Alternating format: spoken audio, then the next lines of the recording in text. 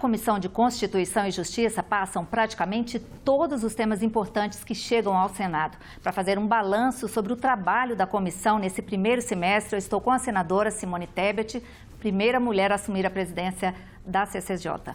Senadora, obrigada por conversar com a gente. Eu queria começar lembrando uma coisa que a senhora disse quando assumiu, que seria imparcial no tratamento das matérias e que não ia deixar nada engavetado, mesmo os temas polêmicos. A senhora avalia que conseguiu cumprir, está conseguindo cumprir essa promessa? Pelos números, eu acredito que sim. Quero cumprimentar todos que estão nos assistindo, né? É um prazer muito grande saber que a TV Senado hoje chega em milhões de lares e que a população hoje cada vez mais quer participar da política e através da TV Senado, inclusive, este é um grande canal para poder acompanhar a verdadeira política. Eu disse, quando assumi realmente a presidência da CCJ, que eu não queria ser apenas a primeira mulher presidente da comissão mais importante do Senado Federal, que é a comissão que é o coração e o pulmão da casa, por onde praticamente passam todas as questões importantes do Senado Federal, mas que eu queria imprimir um ritmo rápido, célere, porque o Brasil tem pressa, o Brasil precisa realmente de propostas e leis que resolvam o problema do dia a dia do cidadão, saúde, educação, emprego, aumento da renda, garantia da segurança, né, um problema sério, a violência, etc. E que para isso eu teria que ter uma única conduta, ser imparcial. Qualquer projeto lá não ia ter rosto, não ia ter nome. O projeto ia ter a tramitação necessária de acordo com o regimento, independente do autor. E é isso que nós estamos procurando fazer. Seja polêmico ou não polêmico, muitas vezes eu nem concordo com o projeto, mas a minha obrigação é pautar. Por isso é que talvez a CCJ tenha tido quase que um número recorde realmente de aprovação de projetos, de debate, discussão, e hoje, verdadeiramente, e esse semestre foi a comissão que acabou sendo o pulmão que oxigenou o plenário e, portanto, o Senado Federal, com as propostas que nós relatamos e que nós aprovamos na comissão. Quer dizer, foram muitas propostas importantes e polêmicas. Uma das últimas foi o projeto que estabeleceu essas 10 medidas de combate à corrupção. Foi um avanço muito grande essa proposta, senadora? Eu não tenho dúvida. As 10 medidas de combate à corrupção, embora elas tenham vindo fatiadas da Câmara, a Comissão de Constituição e Justiça conseguiu resgatar algumas propostas que vieram de iniciativa popular. Exemplos muito claros: passa a ser crime, caixa 2, compra de voto é crime, com sujeito a pena o sujeito ir para a cadeia.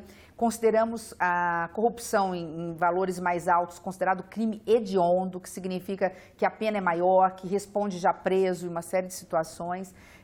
Conseguimos colocar também dentro dessas medidas que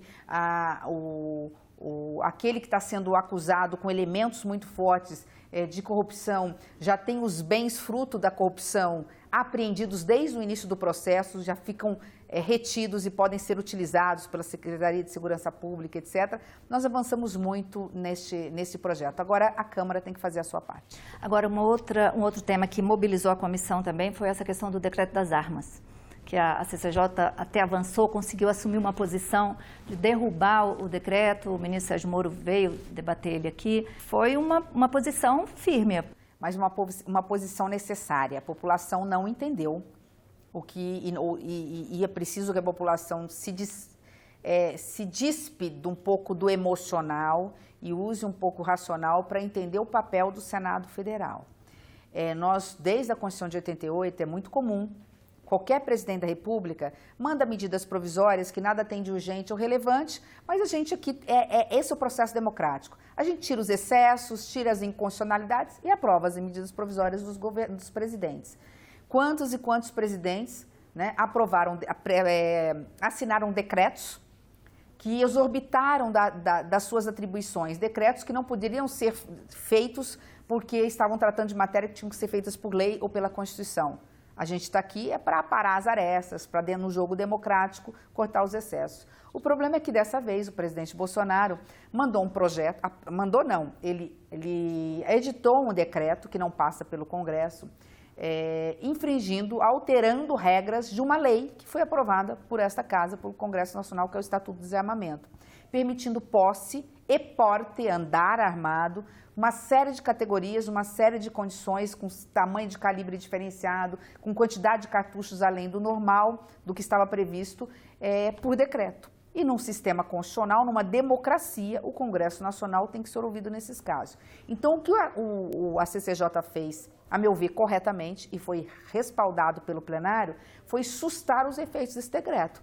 E dizendo para o presidente, quer discutir posse de arma, quer ampliar o porte de arma para a população, independente do que a gente pensa ou não, então vamos fazer da forma correta. Manda um projeto de lei em regime de urgência para o Congresso. Nós temos um prazo constitucional de 90 dias, 45 pela Câmara, 45 dias pelo Senado, e nós vamos ter que dar resposta para a sociedade. E é isso que depois o governo aceitou fazer. Avançamos na posse, aprovamos na Comissão de Constituição e Justiça e no plenário que a posse na zona rural, ela pode se dar, e a posse estendida para toda a propriedade, então vai poder andar dentro da propriedade, mais de uma arma para ter a esposa também, o direito à defesa. Reduzimos para 21 anos, no caso da zona rural, por lei, agora foi para a Câmara, e o presidente vai mandar o projeto de lei em regime de urgência para ser discutida a questão da posse, do porte. Quer dizer, e aí isso deve ficar para o segundo semestre, é assunto do segundo semestre. O pacote anticrime, senadora, é um pacote... A CCJ, também é um caso que a CCJ avançou, porque a proposta ela foi para a Câmara, mas chegou ao entendimento de começar a discutir a proposta aqui também no Senado. Aí é importante entender o que é a CCJ, né? Uma Comissão de Constituição, Justiça e Cidadania. Dentre as nossas atribuições, por isso que eu falo que é a comissão mais importante, que ela é a única comissão que analisa se um projeto ou de um presidente da República, ou de um senador, ou de um deputado é constitucional, é legal, está dentro das regras regimentais. E também no mérito, analisando se é conveniente, oportuno, se a população quer ou não quer, matérias como, e esse é o principal, segurança pública. De todos os projetos que a gente tem para relatar na CCJ, sem dúvida nenhuma, direito civil, de direito penal, que mexe com a vida do cidadão, o que mais nós temos é matéria relacionada à segurança pública. Seja aumento de penas, seja criação de novos tipos penais, seja questão de combate ao crime organizado através de legislação. E agora nós recebemos, além da questão das armas, nós acompanhamos a dificuldade do ministro Moro de avançar com o pacote anticrime na Câmara. Então, uma senadora Elisiane, ela fez um clone, que a gente chamou, ela copiou os 3 projetos do ministro Moro e apresentou. Estão na CCJ, eu designei 3 relatores diferentes, para ser bem democrática. Já estamos votando agora, nessa semana, a questão do Caixa 2, em caráter terminativo, considerando como crime, vai para a Câmara e lido o relatório agora como foi do senador Marco Duval, do grande pacotão de combate, que é o projeto anticrime, que fala exatamente de aumento de pena, de novas formas de combater o crime organizado, principalmente por conta da fronteira, armas, drogas, que a gente sabe que é daí que vem toda a sorte de violência. Ele leu o relatório e fica, portanto, agora para o segundo semestre a apresentação de mais emendas para que a gente possa votar ainda em agosto o grande projeto do ministro Moro no combate ao crime organizado. A CCJ também teve um momento importante, que o ministro Moro veio falar do pacote anticrime, mas ele veio também para falar sobre o vazamento de conversas atribuídas a ele, a procurador Dallagnol. Nesse caso, o Senado trouxe esse assunto, a CCJ trouxe esse assunto para que fosse discutido também. Para você ver a importância, como a gente só teve coisas fáceis, né?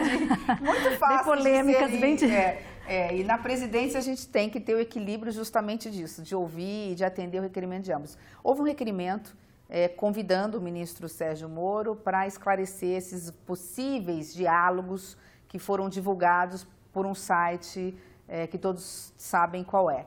E o ministro, quando soube, eu comuniquei, falei, ministro, a gente tem que votar semana que vem esse requerimento, como o senhor quer fazer também, sou ministro de Estado, nós estamos ali para recebê-lo da melhor forma possível.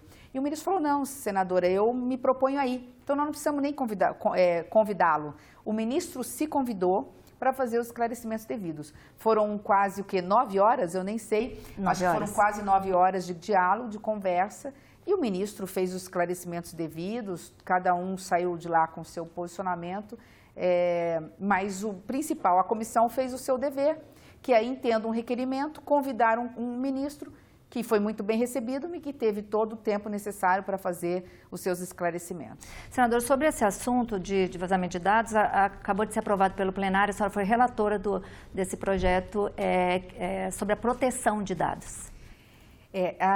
Antes tarde do que nunca, mas nós estamos de 20 anos para cá vivendo uma nova realidade. Nós temos dois mundos agora, né? Nós temos o mundo real, do dia a dia, desse contato, e nós temos o mundo virtual, da internet, que a gente sabe muito pouco sobre ele, das redes sociais, de várias formas hoje de interagir com a sociedade. E esse é um mundo desconhecido e um mundo sem muita regulamentação, onde as pessoas às vezes acham que o que não podem dizer na vida real, podem dizer, né, por trás de uma câmera, vamos dizer assim, de uma tela de um celular. E a gente sabe que não é bem assim. Né? Difamar alguém, caluniar alguém, usar dados de alguém sem autorização, entrar na privacidade, do direito à inviolabilidade dos seus dados. E hoje a gente está à mercê ou do mercado, que hoje você procura o preço de um shampoo, vende tudo quanto é site, informações, como se a gente estivesse querendo um guarda-roupa completo. E isso é proibido, a gente não tem controle sobre isso. A gente pensa numa coisa, o negócio aparece na tela. Tá lá, né? Então, ou seja, privacidade zero. Nenhuma. Ou você tem hacker que entra na sua conta bancária, tira seu dinheiro, entra nas suas conversas, faz montagens, publica, joga isso para a sociedade não sabe se é fake news ou se é verdade. Isso precisa de controle. Então, sem entrar em nenhum momento no direito à liberdade, seja da imprensa, na liberdade do cidadão se pronunciar num Twitter, numa rede social, não é nada disso. É que ninguém pode ir ao ponto de infringir o Código Penal, por exemplo, né, que é crime. Então, o que nesse momento nós fizemos foi constitucionalizar. Nós dizemos o seguinte: proteção de dados digitais, da minha conta bancária, da minha vida pessoal, isso é garantido pela Constituição. E quem infringir de forma ilícita vai ter que ser punido por isso.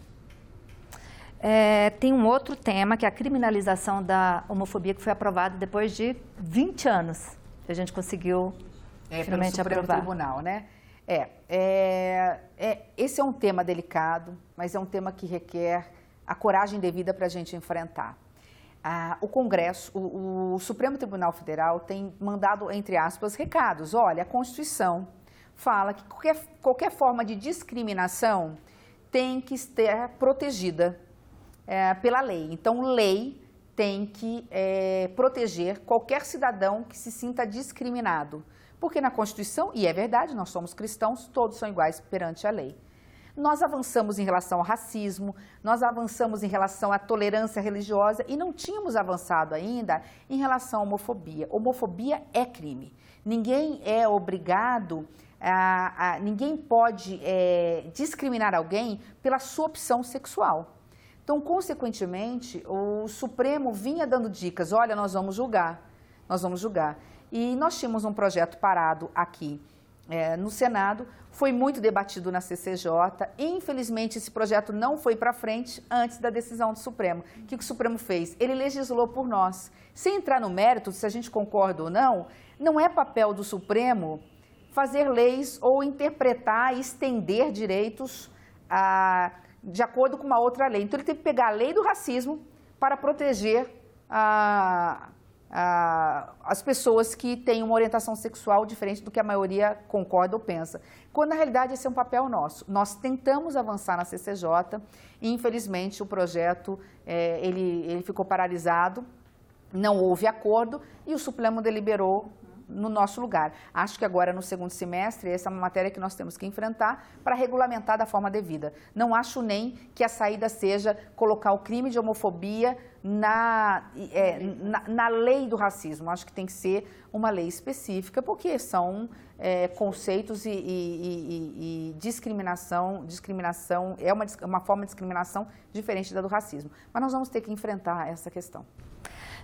Senadora, a comissão também aprovou a PEC das medidas provisórias, que era um assunto que vinha se arrastando há muito tempo, que finalmente pode ser regulamentado, né? Porque as medidas chegavam, não tinha tempo, o Senado estava sempre reclamando que não tinha tempo para analisar.